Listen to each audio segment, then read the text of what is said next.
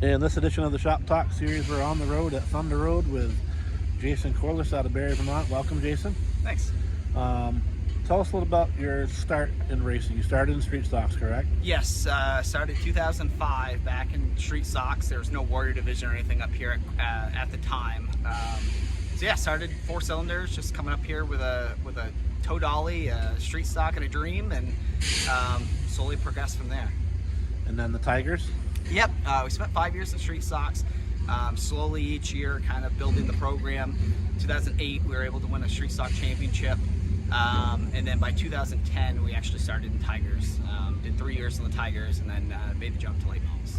And how did you come about the late model deal? So it's funny how it all works. I really didn't have money at the time to even go Tiger racing. Started with Sean McCarthy, with Lenny's being the main sponsor on that car to get me into Tigers. Ran 1 year with them, and that led to Chris Burnett. Destroyed that car at the end of the 2010 season. Led to Chris Burnett offering me his car. He had a part-time driver at the time. At the end of 2010, so then me and Chris ran 2011, 2012, and by 2013 he said, guys, we're building some really expensive fast Tiger cars that we weren't quite beating and competing with, so we decided instead of making that investment in a Tiger car, let's make the jump. So we did, and bought a late model in 2013, went late model racing. So Tom Curley introduced the ladder system, the starter division to work your way up. In your mind, is that the right tool to use to get people to move up and graduate, I would say? Yeah, absolutely. I mean, I think there's always exceptions to the rules. There's some really good young talent even here. But I mean, you look at a kid like, Keith Fisher. He didn't spend much time in street stocks and Tigers, but I think the time that he did spend there was really good for his development. In him learning to run 12th in a Tiger car, side by side in a pack, I think probably did a lot for his race craft more than he thinks for, by the time he went late model racing. So I think it's important. It was for me. There's no way a 16, 17, 18, even 20-year-old me could have jumped in a late model and had the success that I've had without taking the time to go through each step, each progression. Maybe I'm just a little bit more of a slow learner than some. But it was important for me, and I think it's a key step. I mean, unfortunately, the reality is some of the best race car drivers in the country, I feel like, are in this pit area, but without millions of dollars behind you, you're not going anywhere. So why rush to try to get to the top sometimes? Sometimes I think it's just enjoy the ride, and start in the lower divisions, build your way up. You don't spend a ton of time there, but I think it does. It builds racecraft. So when you get into the bigger cars, faster cars, you at least know how to race, and then you figure out how to make them go after that.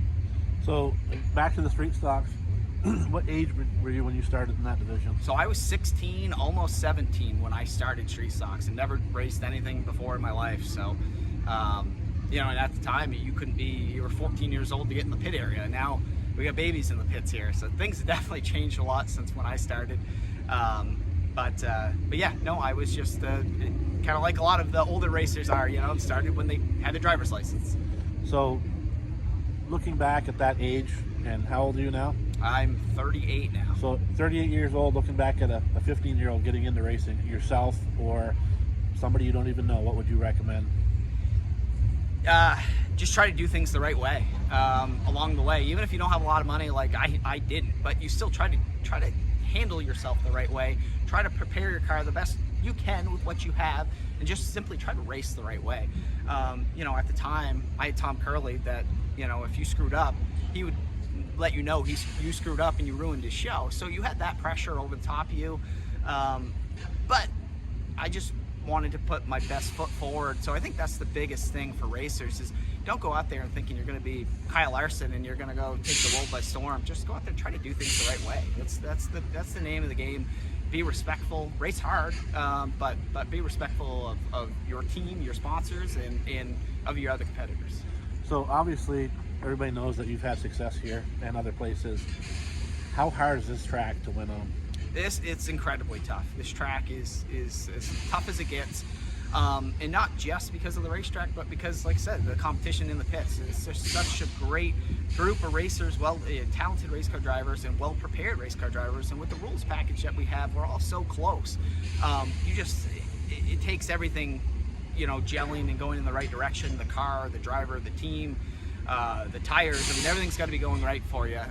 But yeah, they don't call us the toughest short track in North America for no reason. It's tough. It's tough out there, and you're in a big fishbowl, and little mistakes can all add up to a bad performance. So you just have to run really clean laps and be right up on top of the wheel, and it's tough out there.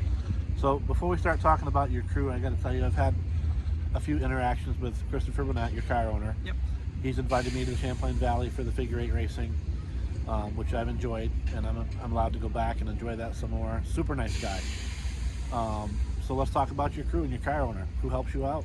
Yeah, so Chris, obviously, first and foremost, I wouldn't be where I am without him. I'd be probably in the stands with my kids, and that's the reality. Chris has done so much for me in my racing career, and he's just a diehard racer. I mean, the beauty is he loves being a car owner, and he's as passionate about racing as I am, and he's also my spotter, so he's super involved.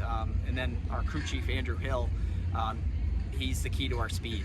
He's just a wizard with setups and race cars, and he steers the ship for us. So it's kind of funny. We got this like tripod basically of Andrew, Chris, and me. We all have our own role. I think we all execute it as the best of our abilities, and we're all pulling in the same direction. And then on top of that, we got all the crew guys. My father done my tires from day one. Happy Father's Day, Father. Love you.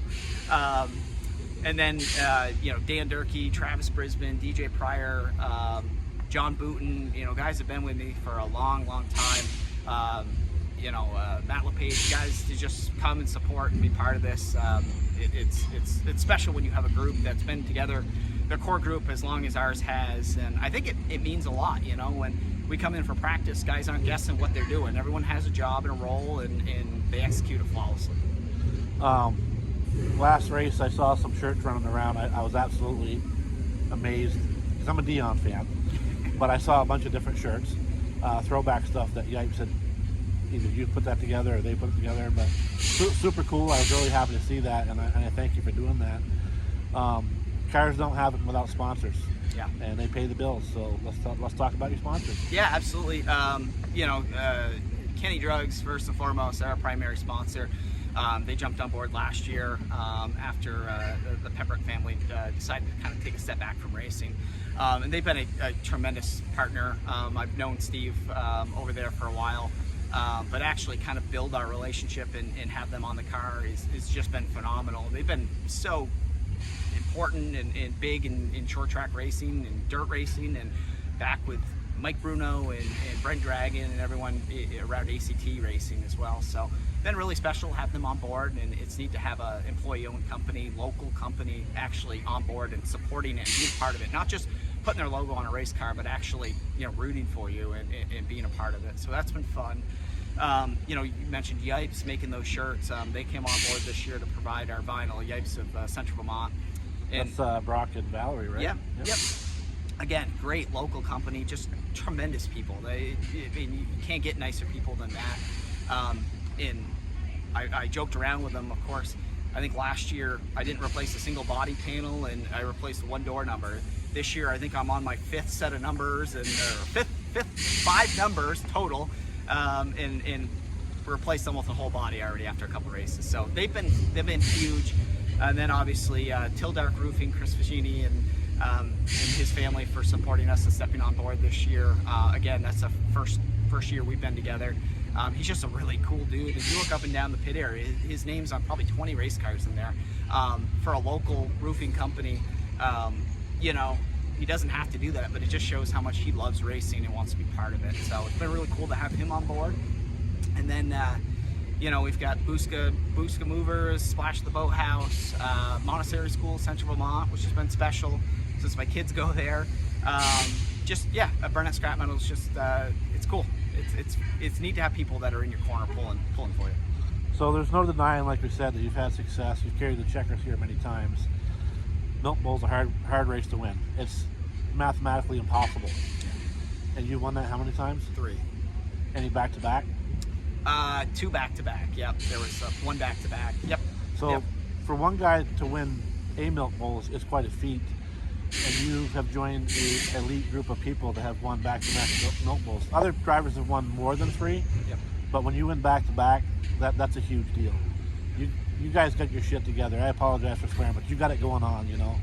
I pull for you every week. I'm sure a lot of other people do. Plus, you got your wife and your kids behind you, your family. That's huge. Yep.